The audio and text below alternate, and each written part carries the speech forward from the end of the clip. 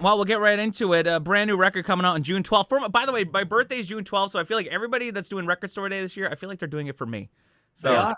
They are. I got the memo. I mean, come on now. And At they're the movies, a collection of all his big soundtrack tunes that everyone knows and loves. And I want to talk about The Great Adventure too. Welcome to the show, Mr. Kenny Loggins. how you doing?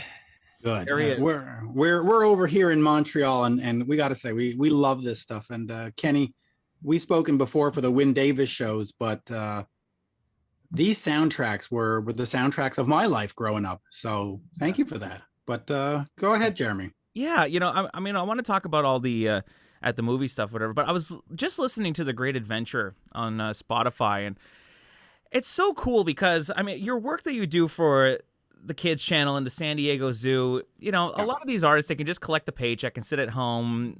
They're like, we'll go out and play the hits. But you keep making great new tunes. And not only that, you're doing it for a cause and you're giving back. And it's just so nice to see from a legend, Oh, thanks. Talk about that song a little bit, because The Great Adventure, it sounds fresh. It sounds like, hot AC radio, but it's still Kenny Loggins to me. It sounds really good. That's not even possible what you're saying. It is. That I appreciate that. I think that part of the reason why I evolved through the years is because I collaborate with great writers. And in the case of Great Adventure, I'm collaborating with a couple of really great songwriters, Lisa Harriton and Josh. My memory. Oh, help me! Somebody buy me a new memory. It doesn't matter. They're the co-writers. You're Kenny Loggins. They wrote an Academy Award-winning song, the song from the first Lego movie. Yeah. Everything is awesome, like that one. Yeah. And when I heard them perform it live, I said, "These guys are really good. I mean, they're really great writers." So we were at a writer symposium in Hawaii, and I decided to try and hook something up and write for something. And then when the San Diego Zoo project came along, I thought, well, this is the perfect thing to write, because we're writing for children who are stuck in a hospital bed.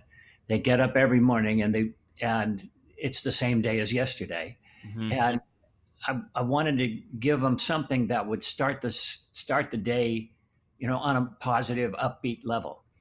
And when we kicked it around, the zoo people, good name for a band, Yes, asked that I write something that felt like American Authors. This is going to be the best day of my life. Yes, totally. So that's where we came up with, Welcome to the Great Adventure.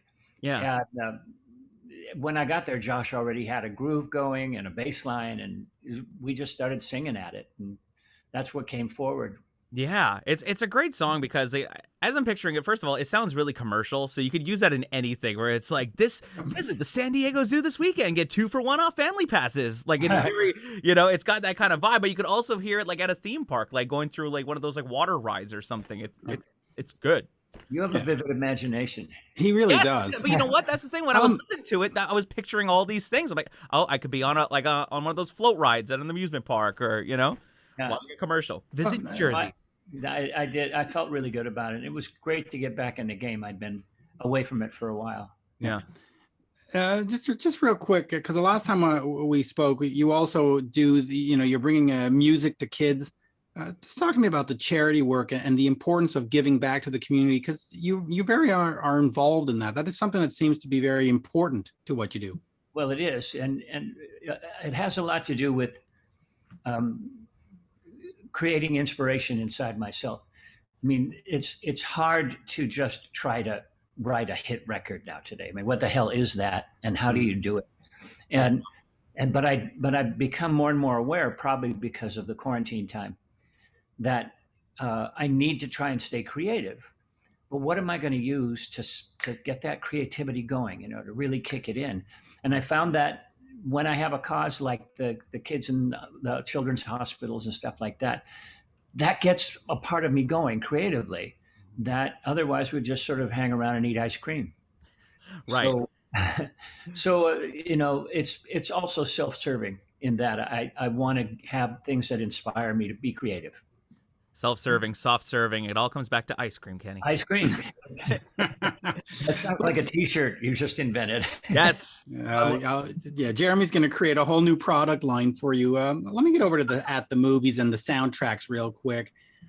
My perception growing up, especially in the 80s, buying all the CDs and stuff, was that the soundtracks were the songs that weren't good enough for the albums, and they were cast aside. And obviously that's not true. So there's a true art. And so how do you approach the art? Do you go watch the movie and then come up with a song? Do they say, hey, we need a song that includes this character, this word, that word, go right? What's your approach? No, not exactly. No, but okay. You do get, when I did Caddyshack, I showed up. That was John Peters' first solo production, and he knew me from Star Is Born when I was working with Barbara, and he was with Barbara at the time. And so I got a message from him that he wanted me to come by and see a rough screening of a rough cut of the movie. It didn't have an ending yet, where Rodney goes, "Hey, let's all go get laid." Yeah. And it didn't have the gopher in it, but it was pretty solid. And I laughed my ass off, and I really wanted to be a part of that project. But to answer your question more directly, so I'm watching the rough cut of the movie, and it opens with this character, Danny, who's the hero, riding his bicycle through a suburban street, through a suburban neighborhood. And I thought, and the song behind him, what they call the temp track, right? Temporary track. The director put in a Bob Dylan song behind him. And I thought, well, that's interesting. Here's a kid riding a bicycle through a suburban neighborhood, but the director's trying to tell me something about that character. And I figured out that he was portraying Danny as a rebel, even though he would not become one until the very end of the movie. So for me, that expression of that was, I'm all right, don't nobody worry about me, why you got to give me a fight. Right. And I took that idea and I ran with it in a very simple kind of way. And that became the song that exemplified that character. Right. It's funny. I was just re-listening to Danger Zone and kind of reading up about it. And obviously, it was a collaboration. But when you go in to write a song like that, like, do you come in and like the temp track is already done with that DX7 bass, that bow, and like you come in and write lyric and melody, or like how does that happen? No, that was the greatest songs of all time, and it's so good, and it still sounds so fresh. Thank you. I wish I could take more credit for it. But Giorgio wrote most of that song. I wrote a little bit of lyric, a little bit of melody, changed some chords, and then came in and sang it. But there were other people that were supposed to sing that song, and the lawyers screwed up their deals. Really? Yeah, it's kind of an urban legend now. So why did your lawyers screw up their deals for you? No, just kidding. That would have been a great strategy. Do you know who the voices were supposed to be? Like, hey, Bryan Adams was supposed to come in and do it, or Judas Priest was supposed to do the Top Gun soundtrack. Yeah, really. Yeah. That Toto was one of them. Jefferson Starship, Mickey Thomas was one of them. Wow. Also, Kevin Cronin. Oh yeah, but none of those deals, thank God, came through. Can I be honest though? Like, you just named all those people, and none of them would have sounded as good as you singing that song. Like, there's just something about your voice singing "Danger," like the whole thing. It wouldn't have worked out. I just picture you in the studio, like belting "Highway to," Yep. I mean, right. Listen, Rob Halford is a great singer. Kevin Cronin, great singer. They can't sing Danger Zone like Kenny Loggins. I'm sorry. I talked to Kevin about it. He said I could never hit those high notes. There you go. I barely did. I actually that character that I was singing in was I was into Tina Turner really a lot at that time in her comeback era. Oh yeah. And so I kind of, that Danger Zone was me doing Tina. Wow, that's interesting. Yeah, it's. If anyone ever says that Kenny Loggins did Tina Turner. Well, it's funny you say that because I'm thinking of like the Tina song "Steamy West," "Steamy Window," like it's got that kind of. Let me ask you: you're known as the king of the soundtrack.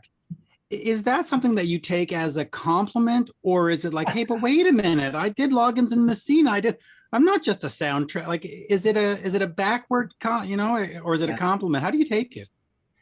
at first it bothered me a little bit, just exactly the way you said it. But then I realized, no, it's a good thing, because those who have recently come into my career or become aware of my music, they're gonna see me as that guy. It's like, an actor who suddenly has a hit TV show, and from then on he's Marshall Dillon. Can't get any other work.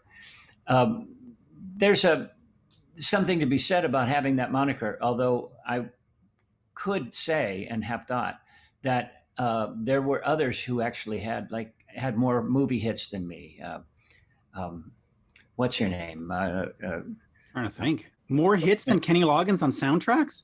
I think the difference is I wrote them. Yeah, but I can't think of anybody else. I mean, anyway, let me ask you this: for the At the Movies, you've got the Caddyshack and the Top Gun. How difficult was it to get the rights? Because usually, you look at a greatest hits package or a box set and they don't have the soundtrack songs, and they go, well, illegal, it was too difficult, and you got them all.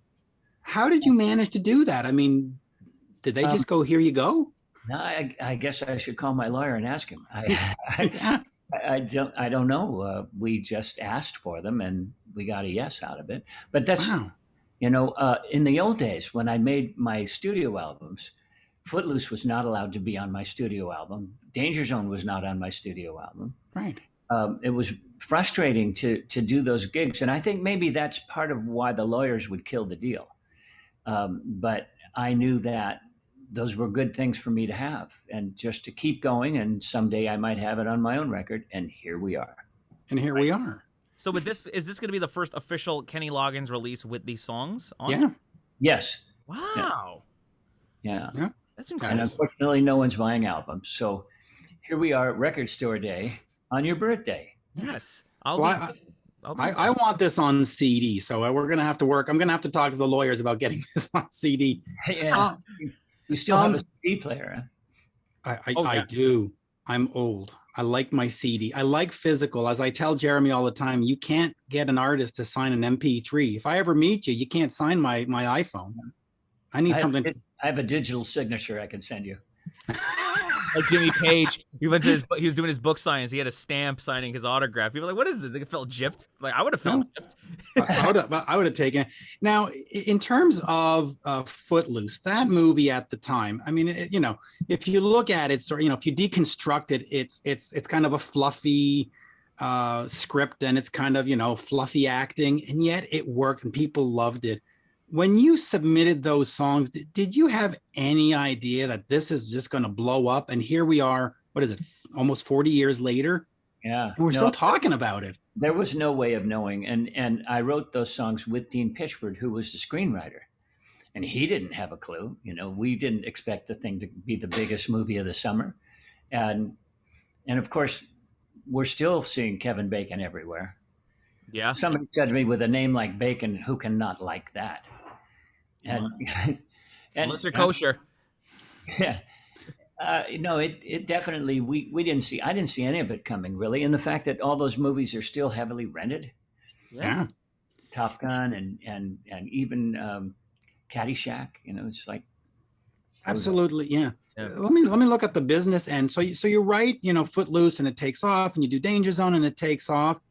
Does that help your career where people come to you and say, we want to work with you? Or does it hurt your career and people say, he's the soundtrack guy?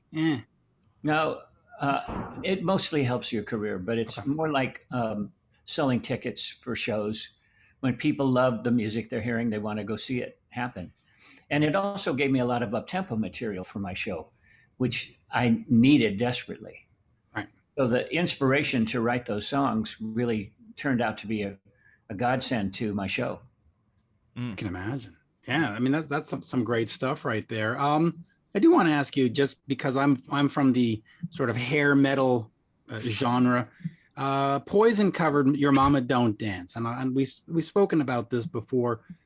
Were you aware that they had covered it back then? And does that help? All of a sudden they're selling millions of records. Did that help again with your career? Does it help to have a band like Poison cover your song?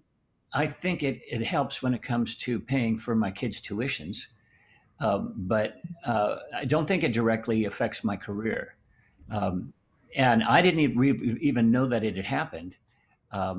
one of my kids told me about it. It was like, yeah, this is really great. And there's like a punk version of Danny's song that my same son Cody told me about that he liked. And I was like, I don't get it, but sure. One of my favorite songs off the Top Gun soundtrack is "Playing with the Boys." Yeah. I have a new version of that. Have you heard it yet? No, I haven't. Do you know the artist Butterfly Boucher? Nope. She's Australian sort of rock punk writer singer. She plays all the instruments. She's incredibly educated and bright. Nice. And a great singer, but she chooses punk as her genre, and she plays mostly bass. And does she play low with a pick? Probably. And but I ran into her and one day at that songwriters thing I was mentioning, and I said, I want to do a remake of Playing with the Boys to potentially get it in the new movie. But I know now that there's, in the new version of Top Gun, there are female pilots and male pilots. So I think there should be a boy-girl duet. And let's rewrite the song together. How would you rearrange this song if you were doing it with your band? And so she came up with a pretty vibey groove and approach to it, added a couple new chords to it, and we wrote a new verse to it for a duet verse. And that's on the Goes to the Movies, the new vinyl that's coming out. And when that vinyl runs its course, then we'll release it digitally. Awesome. Oh, that's really cool. Now, you said she's very punky, so she's definitely not going to be sticking to the original arrangement with the cannonball snares and all that awesome 80s-ness. Yeah, rather. It's a different vibe. Yeah. We recorded live drums. She likes live instruments. And she's really gifted, really great singer-writer. So it'll be interesting. She's working on her new solo album now, so I'm really looking forward to hearing what she comes up with. I love that song, Playing with the Boys, because it's one of the most pleasurable sounding songs I've ever heard, like from a production standpoint. Like you listen to it, the drums and the guitars and like this, like everything. It almost sounds like something Mutt Lange would have done, like off Hysteria or something. You know what I mean? It's I worked with the Austrian producer Peter Wolf. And we actually went to that screening together. There was about a theater that holds maybe 200 people for that particular movie, Top Gun, the first one. And we're sitting there watching all these scenes. In the open, there's like a dozen different rock acts in the room with us.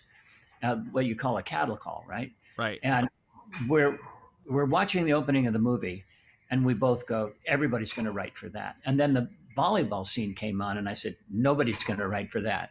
So we decided to write for the volleyball scene, and that was a slam dunk. Yeah. And it was actually while I was in the studio recording Playing with the Boys that I got a call from Giorgio's office to come in tomorrow and sing Danger Zone. Wow. Yeah. Damn, that's cool that that's the way that panned out like that. Yeah. It's luck has a lot to do with this business. Yeah. When you're writing a song like that and going to work with a producer, do you have any say in how the arrangement's going to go for the song, or the production, the drum sound, or? Oh yeah, no, we worked on every bit of it together. But the beauty of that sound is it's a synclavier. It's one of the early digital, keyboards, and it had a way of processing the sounds and the math that was really, everything came out beautiful. You could really hear synclavier drums different from all the other drums. And and he's a brilliant arranger, so we had a ball putting that together. It's interesting you talk about the synclavier because of, you listen to that and you look at modern drum technology where you got the MIDI and you got and Pro Tools and Logic and stuff.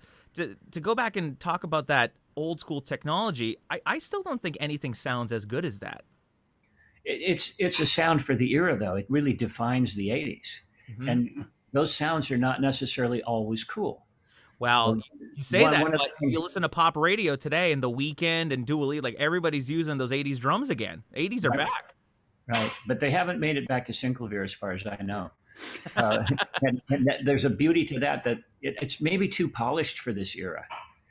It's too perfect. I know, like when I was working with Butterfly, she likes stuff stripped way down. Hmm. And I can tell you're a musician. And guitar players love to play in fifths. We don't want to play any thirds. So I don't want to get too technical for you, Mitch. Yeah, Mitch is sitting there. He's like, no, I'm going, but why? you get as technical as you want, Kenny. But I'm just listening to the. So in our hairband days, I'm just having a Danger Zone play in my head while you talk. It's fine. yeah, just as long as it's only for this interview. Yeah. And so, but anyway, Might last the night. metal guitar, rock guitars, traditionally ones and fives. When I worked with Butterfly, she only wanted the roots, only wanted one note at a time, and it makes a huge difference. It creates so much more air in the track, and so space, and it's just about the groove. Then it's not about the production. But Kenny, you did just say she's a punk rocker. They all only know 3 chords. Not her. Let me just quickly ask you here, because we're talking about these songs that you've done for the movies, and Caddyshack was definitely teen audience and above. Footloose was the romantic 20s. It was for an older audience. You've recorded a lot of children's music since then. Talk to me about that sort of change of focus and why you wanted to make kids albums and not sort of continue in adult oriented rock or mature, and just talking about that change. And well, when I made the first children's album, which was Return to Pooh Corner, that was not instead of continuing with my normal adult rock career. Correct. But I was about to have another kid. I was about to have my 4th child, and I knew that I was going to be subject to Barney for 3 or 4 more years. And I thought, why doesn't somebody make a children's record that the parents can love as much as the children? And then I realized I'd better stop waiting for somebody to do that and just jump in and do it myself, because I'd put 3 kids to bed at night already. I had a repertoire of bedtime songs.